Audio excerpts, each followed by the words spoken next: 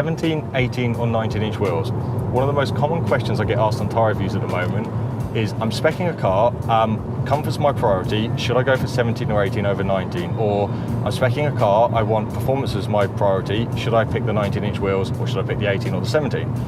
As far as I'm aware, no one's done this test before using the same tyre, the same car, and just testing the differences between wheel sizes, not width sizes or tyre patterns. So I've been fortunate enough to borrow Goodyear's beautiful test track in the south of France. I'm driving a Golf GTI using 225 45 17-inch, 225 40 18 and 225 35 19-inch wheels, which are the Golf standard sizes you can pick, and we are going to put them through all the usual range of testing and find out which is best. The tyre we're using for this test is the excellent Goodyear Eagle F1A Symmetric 3. I've chosen this tyre because it's one of the best tyres for blending all the performance qualities we're looking to compare between.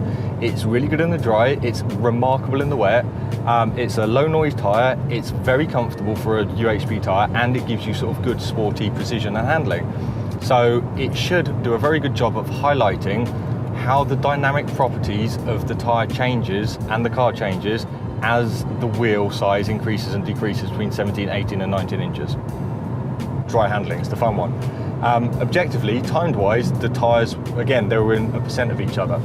The 19-inch was the fastest and the 17-inch was the slowest, but if we're talking over a long lap, a 1:35 lap, there was 1.1 seconds in it. So nothing measurable that's of any real use on the road. Subjectively, the differences were much more interesting. As you would expect, as the sidewall height decreased, so the wheel size increased, the handling became a lot sharper.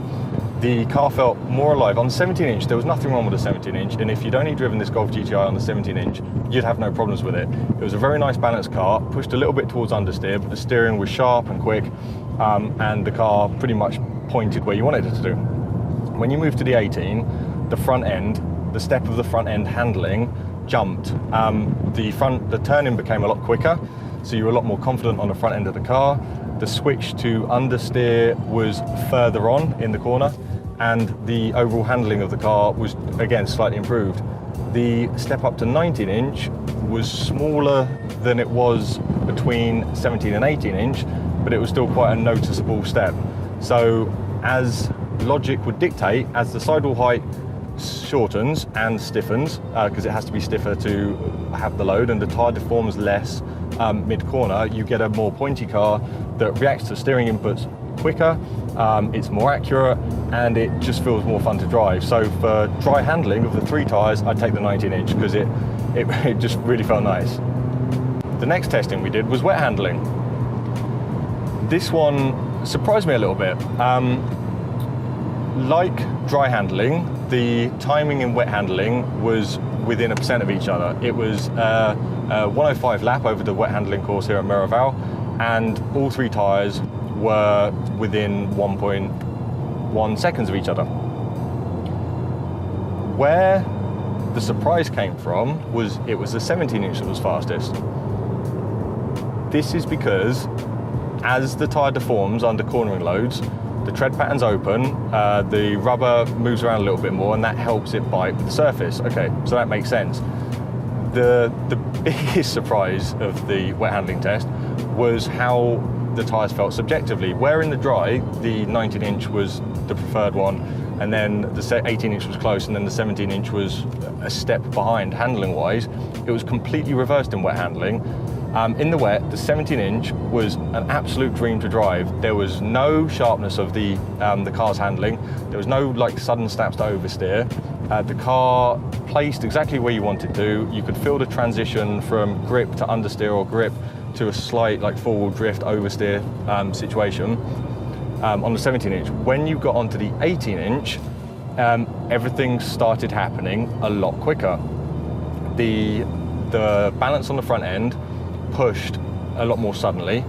The switch to oversteer during the quick left-right-left section of the wet handling track was really sharp, and without traction control on, it almost caught me out a couple of times, which I just didn't expect, because that was going from the 17-inch straight to the 18-inch, and it just felt like a really nervous car. So although the overall grip levels are broadly similar, which is unsurprisingly due to the compounding. The way the 17-inch moved the water around and the way the 17-inch gave you confidence to push on meant it was the best tyre in the wet. So far we've got the 19-inch, which was the best in the dry, and we have the 17-inch, which is best in the wet. Again, the margins are very small.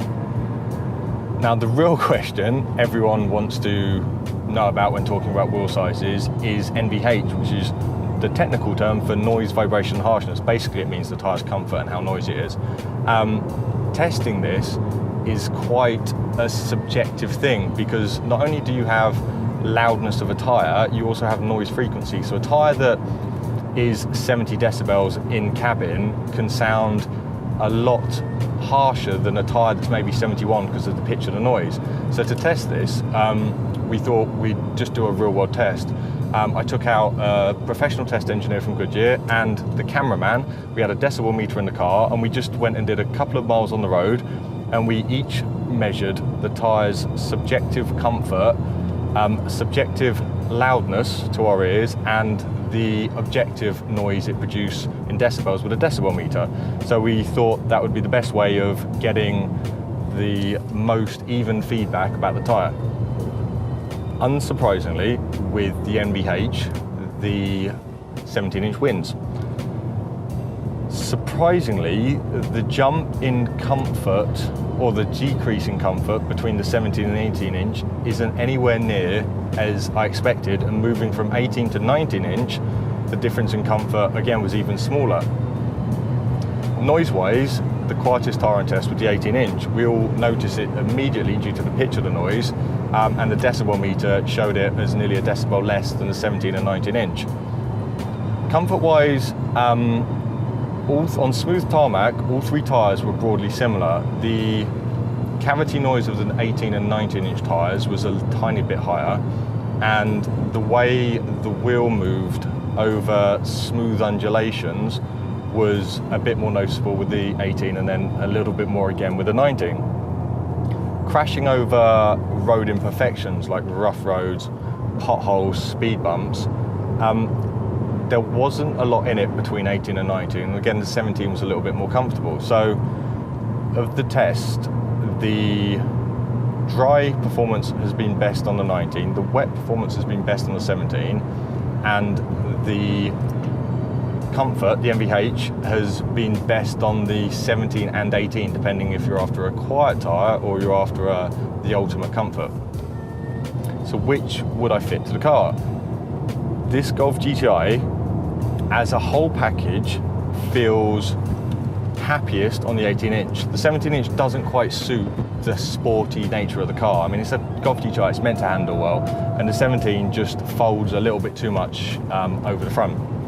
The 18-inch is a really nice blend of comfort. On the road, the way the tyre helps the suspension and damping control the wheel over imperfections, the 17-inch gave you a little bit of like tyre flutter, where the tyre's moving, it's not quite in contact with the road, there's some secondary damping going on in the tyre. The 18-inch, as the Goodyear engineer described it, was more honest. Hits a bump, rebounds, stabilises, and just gives you that confidence on the road where it's not a perfectly smooth track like this to push on. The 19-inch was just all a bit much. It wasn't worth the upgrade in dry handling to then lose the comfort and the noise and the kind of the shimmy you get during bump on the road. So the 18-inch is the best tyre overall for this car. People who ask, will I improve my comfort by switching to a smaller wheel size? The answer is yes, no, / maybe.